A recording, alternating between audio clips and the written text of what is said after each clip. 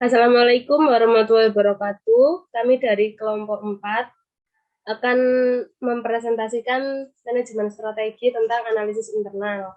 Di sini nama kelompok kami Altiana NIM 136, Evi Amelia NIM 098, Tiara Angelin NIM 107.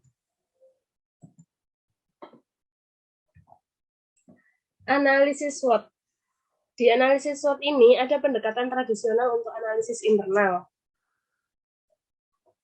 SWOT merupakan akronim dari strengths atau kekuatan dan weakness, kelemahan internal dari suatu perusahaan, serta opportunities atau peluang dan threat atau ancaman lingkungan yang dihadapinya. Di mana analisis SWOT ini merupakan teknis historis yang terkenal, di mana para manajer menciptakan gambaran umum secara cepat mengenai situasi strategi perusahaan. Analisis ini didasarkan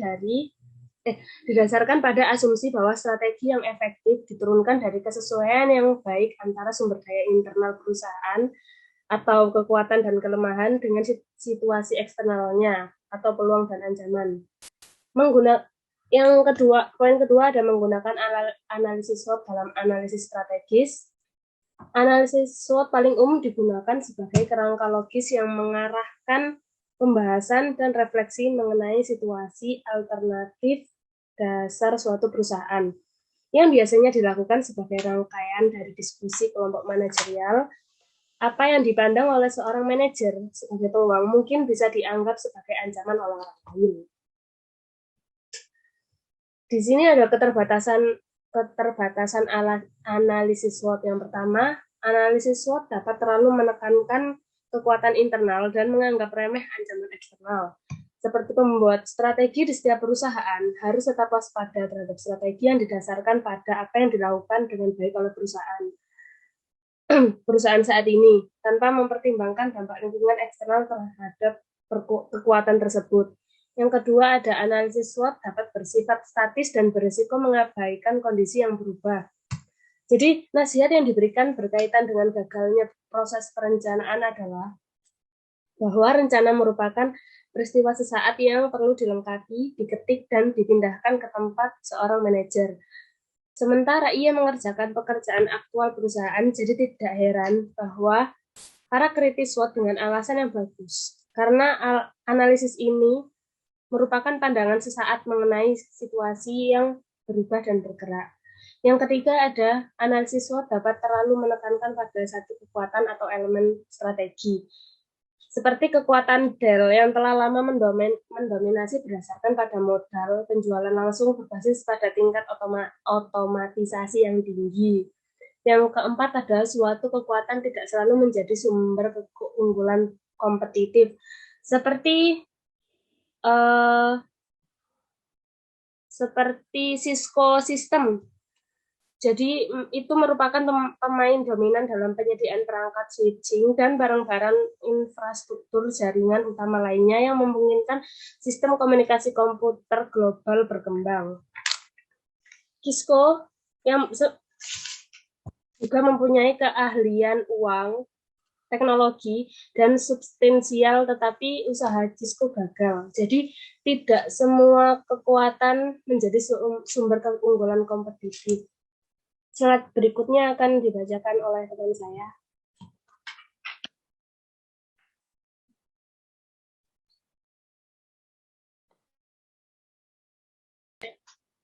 Analisis rantai nilai. 1. Melakukan analisis rantai nilai. Istilah rantai nilai atau value chain menggambarkan cara untuk memandang suatu perusahaan sebagai rantai aktivitas yang mengubah input menjadi output yang bernilai bagi pelanggan. Analisis rantai nilai, value chain analysis atau VCA, berupaya memahami bagaimana suatu bisnis menciptakan nilai bagi pelanggan dengan memeriksa kontribusi dari aktivitas yang berbeda dalam bisnis terhadap nilai tersebut. VCA berupaya melihat biaya lintas rangkaian aktivitas yang dilakukan oleh bisnis tersebut untuk menentukan di mana terdapat keunggulan biaya rendah atau kelemahan biaya. Para pendukung VCA berpendapat bahwa analisis ini memungkinkan manajer untuk dapat mengidentifikasi secara lebih baik keunggulan kompetitif perusahaan dengan melihat perusahaan sebagai suatu proses rantai aktivitas yang betul terjadi dalam bisnis dan tidak hanya memandang berdasarkan pada garis yang membagi organisasi atau protokol akuntansi historis. Dalam perusahaan, PCA dibagi menjadi dua kategori, yaitu aktivitas primer dan aktivitas pendukung. Aktivitas primer adalah aktivitas yang terlibat dalam penciptaan fisik produk, pemasaran, dan transfer ke pembeli serta layanan purna jual. Aktivitas pendukung adalah aktivitas membantu perusahaan secara keseluruhan dengan menyediakan infrastruktur atau input yang memungkinkan aktivitas primer dilakukan secara berkelanjutan. 2.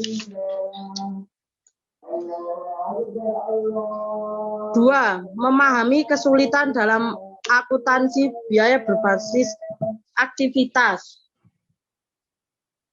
Kebutuhan yang berulang karena persyaratan pelaporan keuangan dapat memaksa perusahaan untuk memilih pendekatan tradisional keuangan. Perusahaan untuk mengubah ke pendekatan berbasis aktivitas dapat sangat besar dan biasanya masih melibatkan keputusan mengenai alokasi biaya secara arbitrter atau coba mengalokasi biaya aset pekerja tertentu berbagai aktivitas yang melibatkannya. Dengan mencermati rantai nilai mungkin tidak hanya mengungkapkan keunggulan dan kelemahan biaya. Aktivitas tersebut yang perlu mendapat perhatian khusus dalam analisis internal terdapat 3 pertimbangan penting dalam tahap analisis. Yang pertama, misi utama perusahaan. 2, relatif pentingnya aktivitas dalam rantai nilai tersebut. 1, bervariasi dari satu industri ke industri lain. 3, dengan mencakup rantai nilai pemasoknya di hulu sampai ke hilir akhir pemakaian. Next. Keunggulan kompetitif melalui nilai pelanggan. Analisis 3 lingkaran. Untuk memulai analisis 3 lingkaran, terdiri dari direktur melalui analisis dengan pemikirannya secara mendalam tentang apa yang dinilai oleh pelanggan mengenai tipe produk atau jasa yang ditawarkan oleh perusahaan ke pelanggan. Menurut Urbani dan Davis, meneliti bahwa meskipun dalam industri yang sudah dewasa, para pelanggan tidak mengungkapkan secara langsung ke seluruh keinginannya kepada perusahaan. Dan tim ahli strategi harus membentuk hipotesis mengenai keunggulan kompetitif perusahaan dan menguji hipotesis tersebut dengan bertanya kepada pelanggan. Next.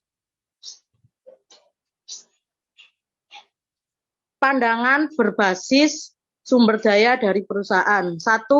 Kompetensi inti.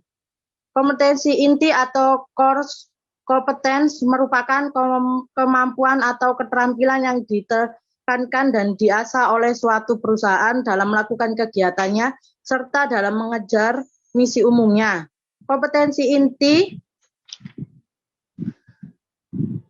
yang berbeda dari kompetensi milik para pesaing merupakan kompetensi unik. Kompetensi unik yang diidentifikasi dan dipelihara di seluruh bagian perusahaan memungkinkan perusahaan untuk menjalankan kompetensi ini secara efektif dan untuk menyediakan produk atau jasa kepada pelanggan yang lebih unggul. Dibandingkan penawaran pesaing menjadi dasar bagi keunggulan kompetitif yang tahan lama. Selanjutnya dijelaskan oleh teman saya Altiana. Pandangan berbasis sumber daya dari perusahaan. 2. Untuk menciptakan pendekatan yang lebih berfokus dan dapat diukur untuk analisis internal, diawali dari pemisahan 3 jenis, yaitu aset berwujud, aset tidak berwujud, dan kapabilitas organisasi. Aset berwujud mencakup fasilitas produksi, bahan baku, sumber daya keuangan, real real estate, dan komputer. Aset berwujud ini biasanya ditemukan di dalam laporan neraca suatu perusahaan. Aset tak berwujud atau intangible asset merupakan sumber daya seperti merek, reputasi perusahaan, moral organisasi, pemahaman teknik, paten dan merek dagang, serta akumulasi pengalaman dalam suatu organisasi. Aset tak berwujud ini tidak dapat dilihat, tetapi penting dalam menciptakan keunggulan yang kompetitif. Kapabilitas organisasi meliputi keahlian kapabilitas dan cara untuk menggabungkan aset, tenaga kerja, dan proses yang digunakan oleh suatu perusahaan untuk mengubah input menjadi output. Next. Lalu apa yang membuat sumber daya dapat bernilai? Yang pertama yaitu penting untuk dapat memenuhi suatu kebutuhan pelanggan secara lebih dibanding dengan alternatif lain. Yang kedua, langka atau barang atau produk tersebut hanya sedikit dan hanya dimiliki oleh perusahaan tertentu. Yang ketiga, menghasilkan bagian terbesar dari laba keseluruhan dengan cara yang dikendalikan oleh perusahaan. Yang keempat, bersifat tahan lama atau berkesinambungan sejalan dengan waktu. Next. Analisis internal untuk membuat perbandingan yang berarti. Yang pertama ada perbandingan dengan kinerja masa lalu. Para pembuat strategi menggunakan pengalaman historis sebagai dasar untuk mengevaluasi faktor-faktor internal. Meskipun pengalaman historis dapat menyediakan kerangka evaluasi yang relevan, para pembuat strategi harus menghindari ketidakmampuan untuk melihat secara lebih luas ketika menggunakannya. Maka dari itu, menggunakan pengalaman historis sebagai dasar identifikasi itu belum tentu akurat atau terbukti. Yang kedua, perbandingan dengan pesaing. Perbandingan dengan pesaing di sini memiliki keahlian pasar yang berbeda-beda. Setiap perusahaan memiliki pengetahuan, citra merek, kemampuan manajerial yang berbeda-beda, sehingga sumber daya internal yang berbeda dapat menjadi kekuatan atau kelemahan tergantung pada bagaimana strategi yang dipilih. Yang ketiga, perbandingan dengan faktor keberhasilan dalam industri. Ada dua faktor, yaitu pertumbuhan toko dan pembaruan fasilitas toko. Dengan demikian, perusahaan-perusahaan dengan pertumbuhan penjualan yang kuat menunjukkan bahwa mereka dapat memilih lokasi, membuat penampilan toko yang menarik, dan pemilihan barang yang akan dijual. Yang terakhir yaitu siklus hidup produk. Yang pertama ada tahap perkenalan. Di tahap ini perusahaan membutuhkan kompetensi dalam menciptakan kesadaran akan produk. Tahap yang kedua yaitu pertumbuhan. Pertumbuhan pasar meningkat cepat, perusahaan berupaya membangun kesadaran merek. Yang ketiga ada tahap kedewasaan. Di tahap ini pertumbuhan penjualan mulai melambat dan meningkatnya persaingan. Yang terakhir yaitu penurunan. Di sini usaha mulai mengalami penurunan dalam penjualan dan menghadapi berbagai tekanan. Terima kasih.